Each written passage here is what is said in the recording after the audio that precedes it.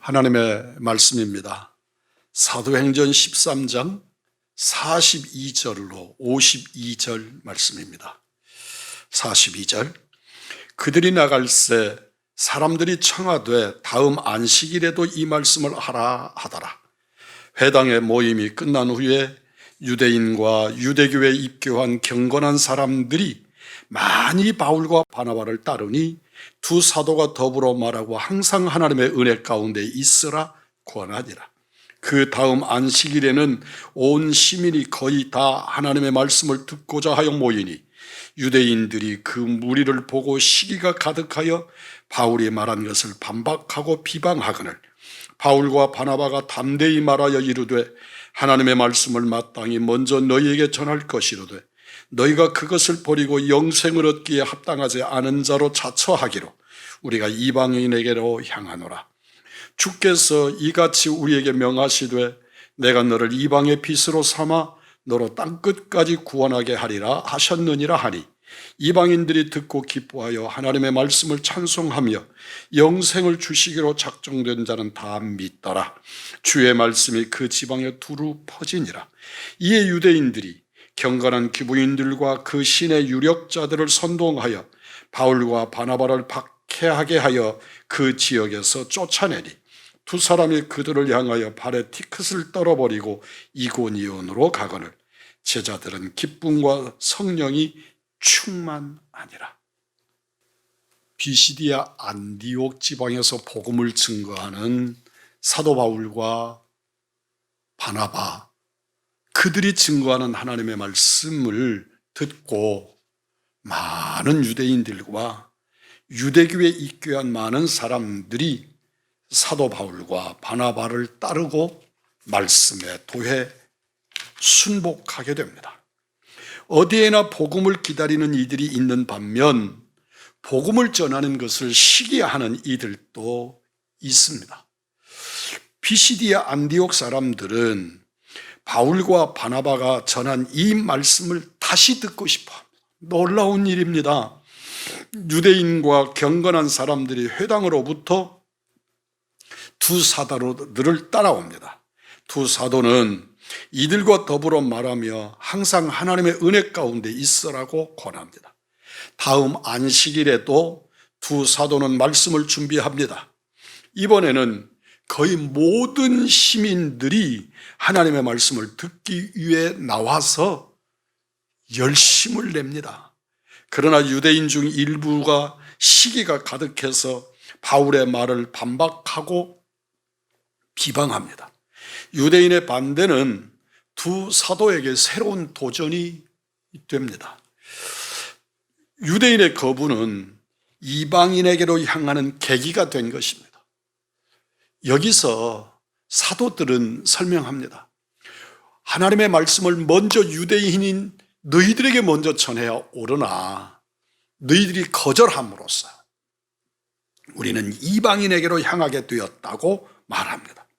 두 사도가 이방인에게 가기로 결정한 것은 상황에 따른 임시 변통이 아니라 하나님이 이미 계획하신 일입니다. 이사야 49장 6절이 증거합니다. 49절 이하의 말씀을 보면 주의 말씀이 그 지방에 두루 퍼지자 유대인들은 아주 계획적으로 체계적으로 귀부인들과 유력자들을 동원해서 바울과 바나바를 박해하고 쫓아내려고 시도합니다.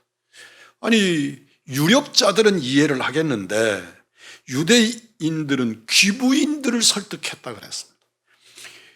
오늘날도 마찬가지지만 권력자들을 직접 움직이는 것이 굉장히 어려우니까 대화가 가능한 이 권력자들의 부인들을 설득함으로써 이들을 이 동네에서 이 지역에서 밖으로 내쫓도록 종용한 것입니다. 하나님의 약속에 반대한 유대인들의 악독한 행동은 이번이 처음이 아닙니다. 그들은 어느 곳에서든지 어디에서든지 진리를 붙잡는 일에 열심을 내기보다 우리 편이냐, 내가 유익하냐, 내가 손해라고 느끼느냐에 따라서 진리를 거절하기도 합니다. 사랑하는 성도 여러분, 두렵지만 오늘을 사는 우리들도 같을 수 있습니다. 하나님의 말씀을 쫓느냐. 제가 교계에서도 그렇고 이곳저곳에서 주의 말씀을 증거하고 섬기어 오면서 어느 공동체도 하나님의 말씀이니까 아멘, 자기들의 생각을 바꾸고 말씀을 쫓는 일을 거의 보지 못했습니다.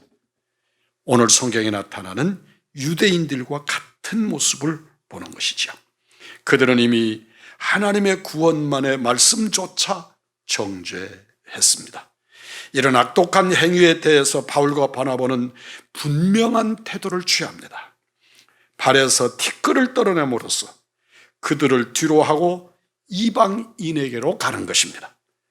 이제 하나님의 약속의 원소유자는 버려지고 주변에서 약속을 소망하던 이들에게도 약속의 원리가 넘어가고 있는 겁니다.